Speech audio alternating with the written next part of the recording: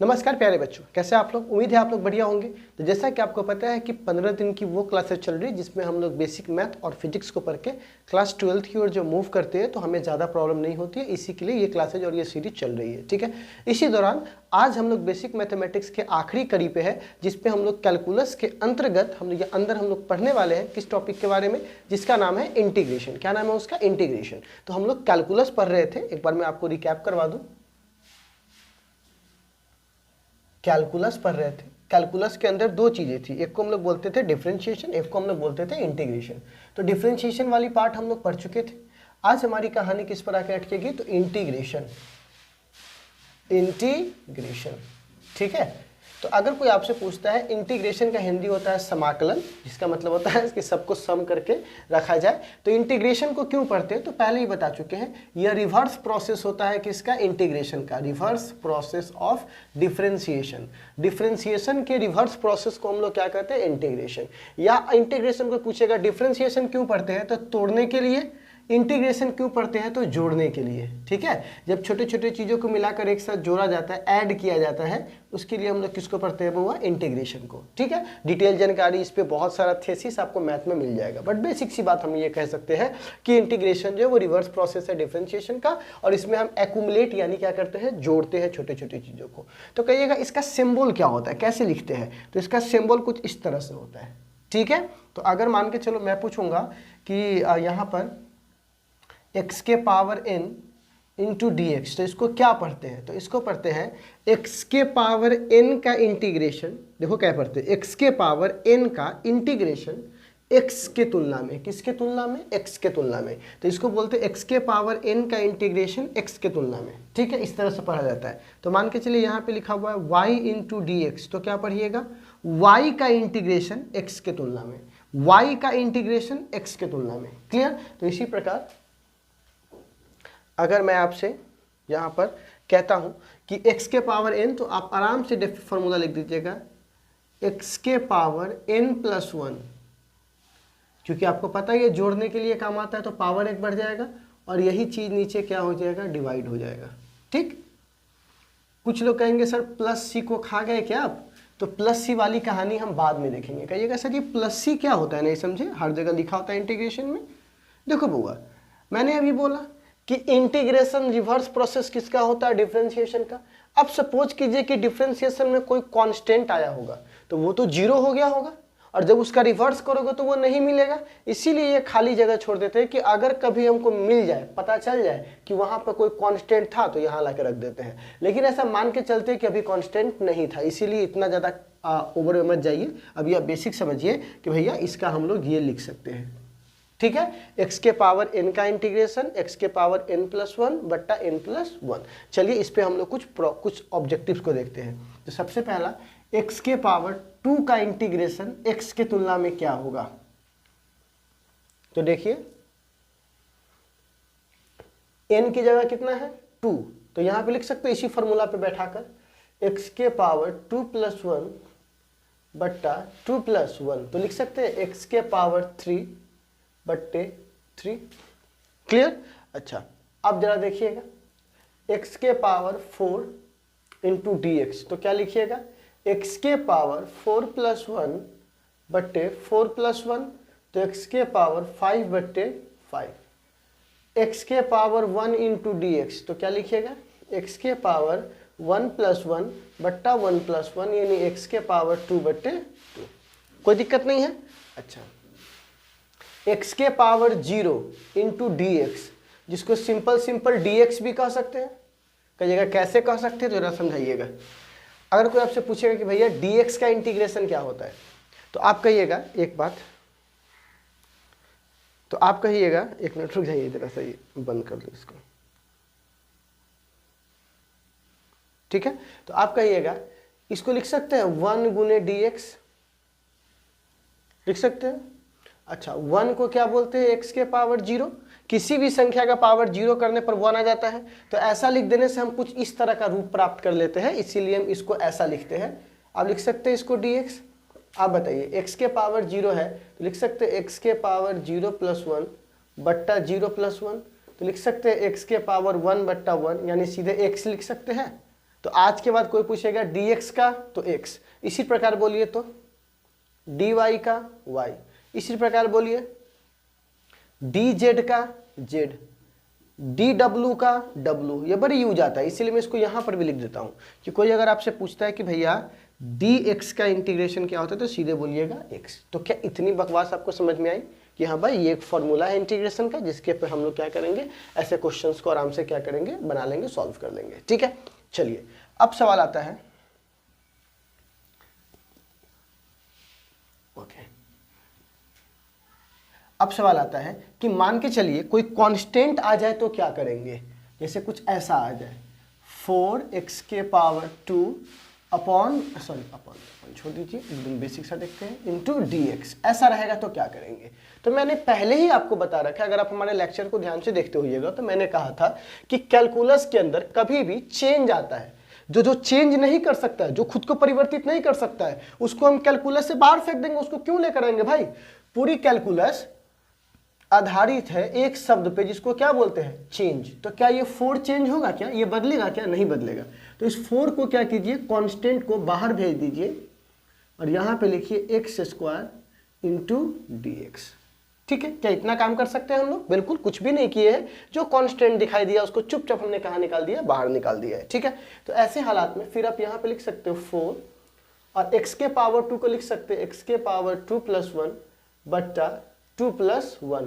तो क्या लिख सकते हैं 4x के पावर 3 बट्टा 3, और यही हमारा आंसर हो जाएगा 4/3 x के पावर 3, है ना।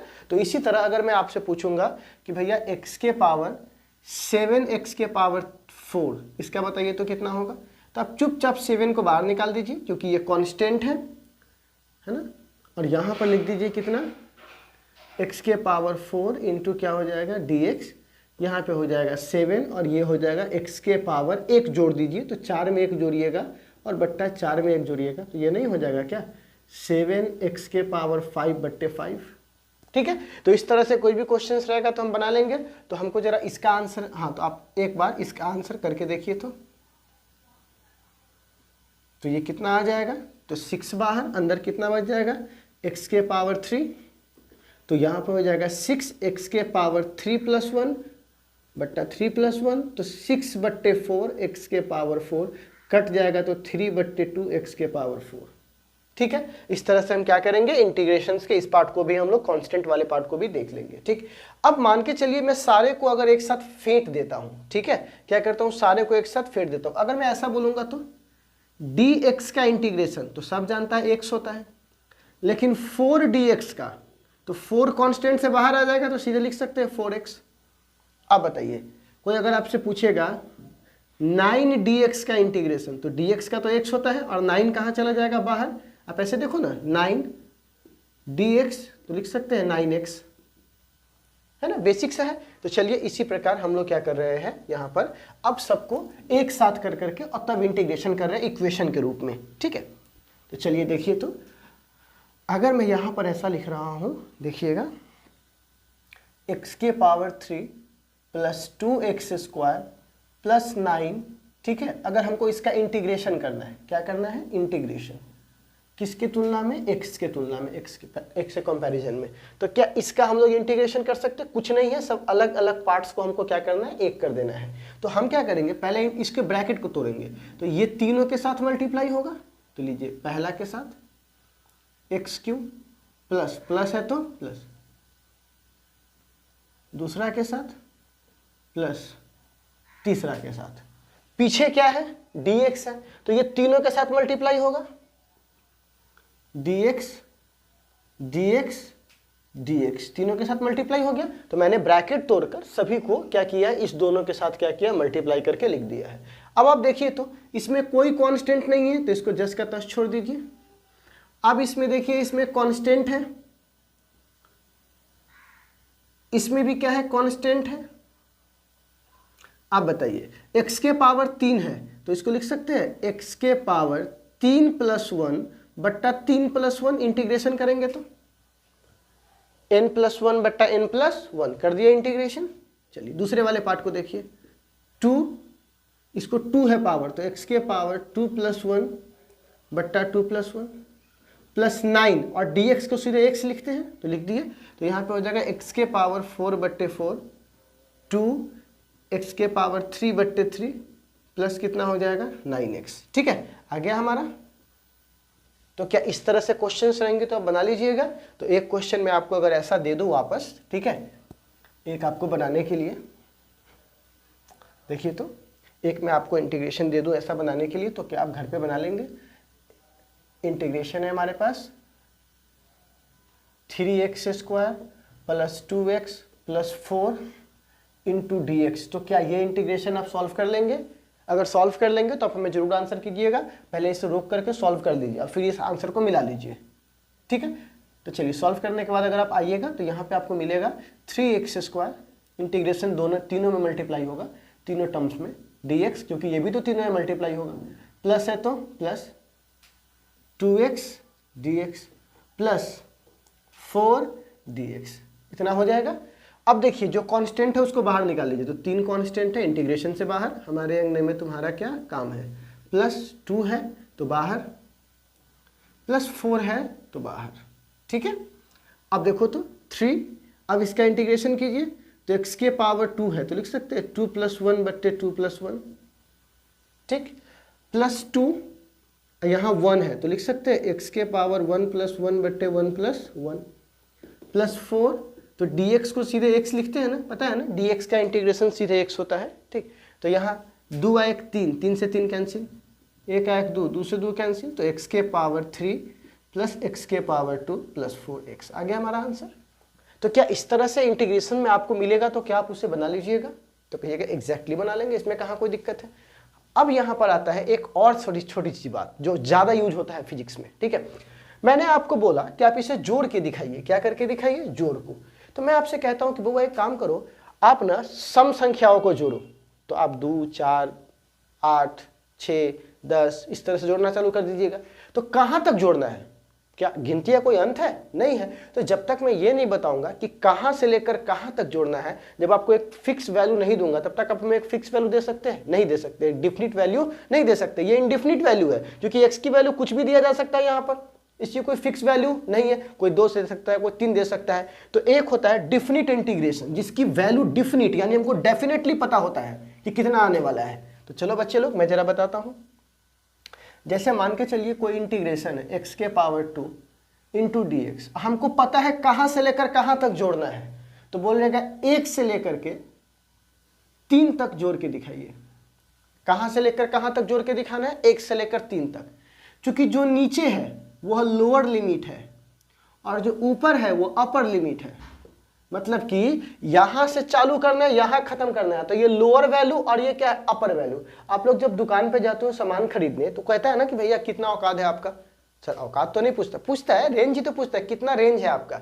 तो 200 से लेकर 400 तक दिखाइए ना। तो 200 आपकी लोअर वैल्यू हुई, 400 आपकी अपर वैल्यू हुई। उसी के बीच में आपको दिखाना है कोई वैल्यू। तो वही लोअर को बोलते हैं छोटा वाला और अपर को बोलते हैं बड़ा वाला। तो आज के बाद कोई आपसे पूछता है कि भैया आपको कितना का सामान चाहिए, तो आपसे औकात पूछ रहा होता है कि बताइए लोअर से लेकर अपर तक लिमिट क्या है आपकी। ठीक है, तो बच्चे लोग यहाँ पर देखिएगा, लोअर लिमिट 1 है, अपर लिमिट कितनी है? 300 है, 3 है। तो कुछ मत कीजिए, चुपचाप इसको छोड़ दीजिए 10 के 10।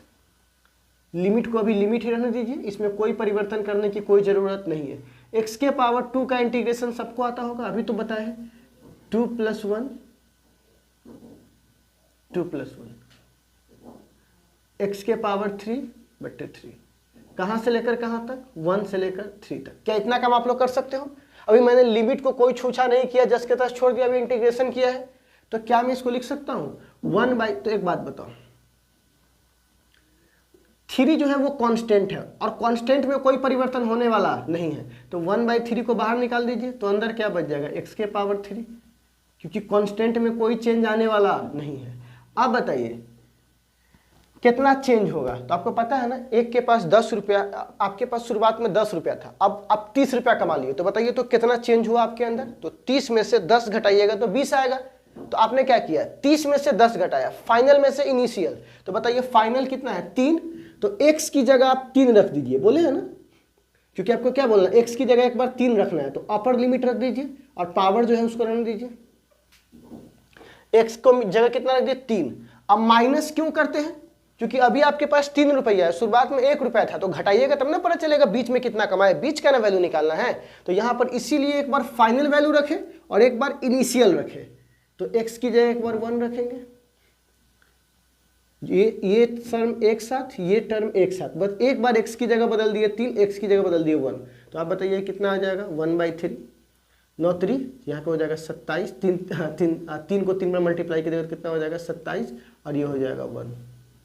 ठीक है, तो ये कितना हो जाएगा 1/3 गुने 26, तो हो जाएगा 26/3। आ गया हमारा आंसर। तो अब बताइए ये डिफिनिट वैल्यू है कि नहीं, ये कौन सी वैल्यू है, डिफिनिट। तो इसको बोलते हैं डिफिनिट इंटीग्रेशन। क्या बोलते हैं इसको बुआ, डिफिनिट इंटीग्रेशन, क्योंकि इसकी वैल्यू क्या है, डिफिनिट है। तो इसी प्रकार अगर मैं आपसे पूछूंगा x के पावर 3 का 1 और 2, तो बताइए तो इसकी वैल्यू कितनी होगी। क्या आप आंसर कर सकते हैं, तो जरा सा आंसर कीजिए, तो बेसिक सा है। तो सबसे पहली बात इसको जस का तस छोड़ दीजिए, 1 2 x के पावर 3 इंटू dx का इंटीग्रेशन।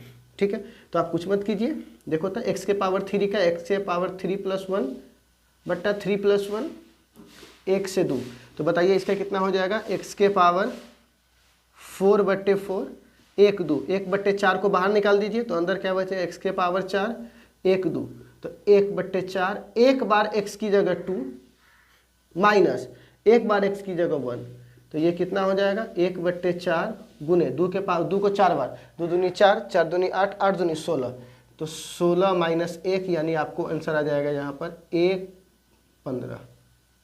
आ गया हमारा आंसर। तो यहाँ पे हमारा इस तरह से क्या हो जाएगा, आंसर आ जाएगा। तो इस तरह से आपको कोई भी क्वेश्चन देंगे तो आप ये वाला बना लेंगे। तो एक हमारे पास आप बना के दिखाइएगा, अलग अलग मैं बोल दूँ, एक क्वेश्चन आपको देता हूँ होमवर्क के लिए।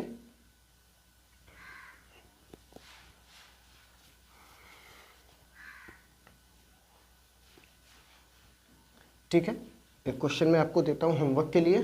ठीक है, तो आप निकाल के दिखाइएगा x के पावर 6 का 0 से लेकर 1 तक में। ठीक है, निकाल के दिखा सकते हैं। तो जरा इसका आंसर हमको बता दीजिए कितना आता है। ठीक है, फिर देखते हैं। चलिए आंसर हमको कमेंट में बताइएगा। अब मान के चलिए हमारे पास कुछ ऐसा इंटीग्रेशन आ जाता है, x के पावर 2 x + 4 का इंटीग्रेशन करना है 1 से लेकर 2 तक। ठीक है, अब क्या करेंगे, तो सिंपल सी बात है, पहले आप इसको जस का तस लिख दो, अलग अलग तोड़ दो इसको, x के power 2 into dx plus x into dx plus 4 into dx, ये तो सब में लिखाएगा ब्रैकेट टूट करके, और सब पे 1 2 है, 1 2 1 2 1 2। आपको नहीं लग रहा हम 3 अलग अलग सवाल को एक साथ जोड़ दिए हैं, तो ये कुछ नहीं है, बस 3 अलग अलग क्वेश्चन है, उसको सॉल्व करना है। देखिए कैसे सॉल्व करेंगे, x के पावर 2 को 1 बढ़ा देते हैं पावर, तो x के पावर 3/3 लिख सकते हैं डायरेक्ट 1 से लेकर 2 तक। यहाँ पे क्या लिख सकते हैं, x के पावर 1 था 2/2 1 2, अब इसको डायरेक्ट लिख सकते हैं 4x, अब 4 को बाहर निकाल देते हैं क्योंकि कांस्टेंट का कोई काम नहीं है, 1 से लेके 2 तक। अब बताइए एक बार फाइनल वैल्यू एक बार इनिशियल, तो यहाँ से 1/3 बाहर, अंदर बच जाएगा x के पावर 3 1 2, 1/2 बाहर, अंदर क्या बच जाएगा x के पावर 2 1 2, 4 बाहर, अंदर कितना बच जाएगा x 1 2, बस खत्म कहानी। 1/3 x की जगह 1/2, तो 2 के पावर 3, एक बार 1 तो 1 के पावर 3 प्लस 1/2 बाहर, 2 के पावर 2 1 के पावर 2 प्लस 4 2 - 1, एक बार फाइनल वैल्यू एक बार इनिशियल, 1/3 गुने 8 - 1 प्लस 1/2 4 - 1 प्लस 4 गुने 1, तो आप इसको लिखिएगा ढंग से, तो कितना हो जाएगा 1/3 गुने 7 प्लस 1/2 गुने 3, अब प्लस कितना हो जाएगा 4। अब यहाँ पर क्या करें, बट्टा पर का जोड़ कर लीजिए, 7/3 प्लस 3/2 प्लस 4, इसको बट्टा पर का जोड़ कीजिए, आंसर निकाल लीजिए। ठीक है, तो आप इस तरह के भी क्वेश्चंस रहेंगे तो बना लेंगे, बहुत बेसिक सा बात है। और एक चीज़ और आप देखिएगा, अगर आप इस टर्म में आइएगा ना तो क्या पाइएगा कि साइन थीटा का थीटा के तुलना में होता है -cos थीटा इंटीग्रेशन। ठीक है, और कॉस उल्टा होता है ना, आपको पता होगा उल्टा होता है, तो ये क्या हो जाएगा साइन थीटा। आपको पता होगा साइन का डिफरेंशिएशन प्लस कॉस थीटा, लेकिन इंटीग्रेशन माइनस होगा, उल्टा होता है ना, और कॉस का वहां प्लस माइनस होता है तो यहाँ क्या हो जाएगा प्लस। तो ये इंटीग्रेशन है, तो इसके भी आप लोग चाहे तो डिफरेंट वैल्यू ये सब निकाल देंगे अकॉर्डिंग टू सिचुएशन। तो आपको इतना बात समझ में आया इंटीग्रेशन का। तो ये आपका है, और भी सब भी होता है, मैं आपको चार्ट दिया हुआ है ऑलरेडी यहाँ पर, ठीक है ना। 1/x का इंटीग्रेशन होता है log x, ठीक है, ln x, ठीक है, ये सब आपको दिया हुआ है, जब व्यू जाएगा तो हम लोग देख लेंगे। तो इंटीग्रेशन का एक बेसिक पर्पस था जो मैंने आपको बता दिया, डिफिनिट और इनडिफिनिट, ठीक है, दोनों तरह के आपको बता दिए। ग्राफ वगैरह भी आपको लगभग क्लासेज में आएंगे तो हम सॉल्व कर लेंगे। तो आपको जो मैंने असाइनमेंट दिया है डीपीपी, उसको जाकर के सॉल्व कीजिए, इस पर क्वेश्चन है वहाँ पर, इसे सॉल्व कीजिए, और फिर अगली क्लास में मिलते हैं। तो हम अगली क्लास में ग्राफ के बारे में आपसे चर्चा करेंगे, ग्राफ और ज्योमेट्री का जो फॉर्मूला है ट्रायंगल का, रेक्टेंगल का, उसके बारे में हम लोग क्या करेंगे, चर्चा करेंगे, ठीक है। तो आज के लिए बस इतना ही, अगली मुलाकात होगी अगली क्लास में, तब तक के लिए बाय बाय, टेक केयर, सब लोग ख्याल रखिए अपना।